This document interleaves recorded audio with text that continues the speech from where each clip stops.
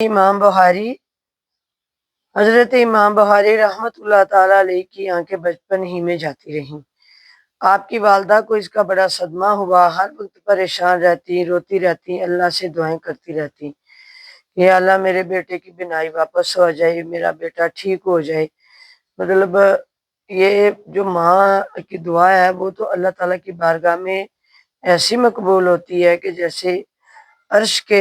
سائے کے قریب ہو کے عرش کو بھی ہلا دیتی ہے۔ تو آپ کی والدہ جب روتی رہیں، فریادیں کرتی رہیں، تو ایک دفعہ حضرت ابراہیم علیہ السلام اللہ کے نبی کی ان کو زیارت ہو گئی، تو انہوں نے فرمایا کہ مبارک ہو کہ اللہ تعالیٰ نے آپ کے بیٹے کی بینائی واپس لوٹا دی ہے۔ تو جب آپ صبح اٹھیں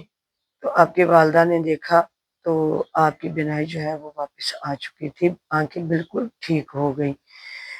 تو اس سے ہمیں یہ پتہ چلتا ہے کہ انبیاء کرام علیہ السلام جو ہیں وہ بعد اپنے وصال کے بھی یعنی جو دعا کرتے ہیں یا ان کا فیض جو ہے وہ جاری رہتا ہے، اور یہ نفوس قدسیہ مصیبت زدہ افراد کو خواب میں بھی مل کر ان کی مشکلات کو دور فرما جاتے ہیں۔